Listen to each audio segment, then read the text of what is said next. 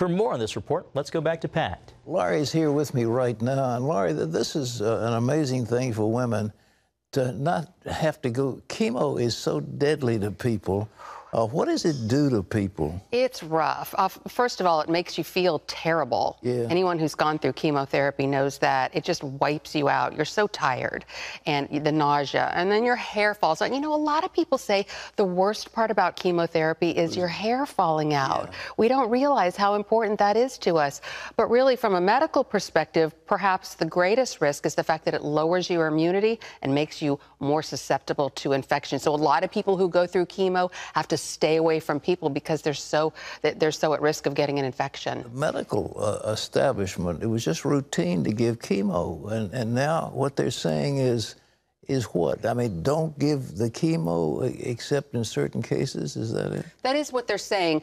Doctors for years have been giving their patients a test. It's a genetic test, and it tests 21 genes to see how likely you are that your cancer might come back. And then they give you a score. And if you're on the low end of the score, they've known for a long time all you need is the hormone therapy. And if you're on the upper end of the score, we know that you need the hormone therapy and chemo. But it's those middle numbers, and we're talking about 70,000 people. They really weren't sure if you needed the hormone therapy and the chemo, so they did this study, and it's very reliable, and they found out great news. You don't need the chemo, that the hormone therapy is just as good. So this is wonderful news for, as I say, about 70,000 women who are diagnosed with this early stage of breast cancer everywhere year. But I did want to say one caveat.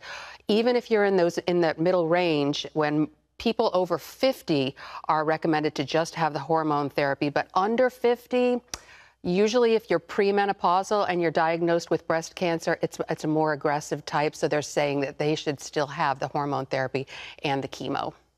Oh, my wife had lumpectomy and all that stuff, and always been, 30 years ago, but she just went ahead and had a mastectomy. Right.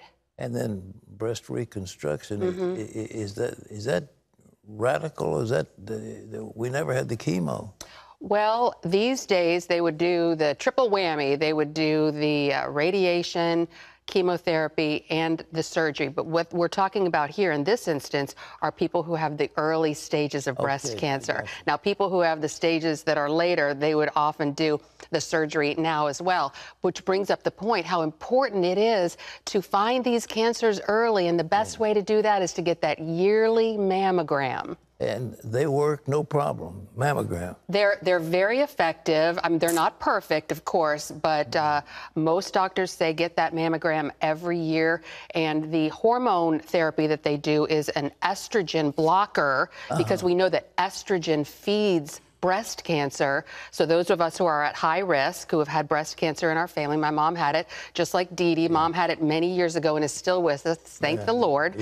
But we need to keep our estrogen levels down. So stay away from soy. Soy products raise your estrogen, so we need to stay away from that, especially the soybean oil, which is in so many of those processed foods. It's so bad. And then also red meat raises our estrogen level, and subcutaneous fat, belly fat, being overweight, that also raises our estrogen level. So we need to watch that stuff. You got to come back and give us a tutorial on this, because women want to find